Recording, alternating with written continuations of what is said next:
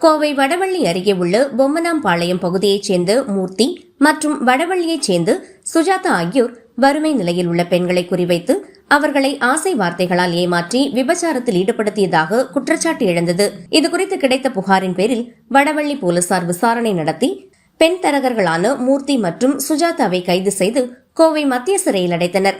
விசாரணை அறிக்கையின் அடிப்படையில் வடவள்ளி போலீஸ் இன்ஸ்பெக்டர் மற்றும் கோவை தெற்கு பகுதி போலீஸ் கமிஷனர் பரிந்துரையின் பேரில் கோவை மாநகர போலீஸ் கமிஷனர் சரவணசுந்தர் இருவரையும் குண்டர் சட்டத்தின் கீழ் தடுத்து வைக்கும் உத்தரவு பிறப்பித்தார். இதையடுத்து மூர்த்தி மற்றும் சுஜாதா மீது குண்டர் தடுப்பு சட்டம் பிரயோகிக்கப்பட்டது. இதற்கான உத்தரவு அவர்கள் அடைக்கப்பட்டிருந்த கோவை மத்திய சிறையில் அக்டோபர் 27 அன்று வழங்கப்பட்டது.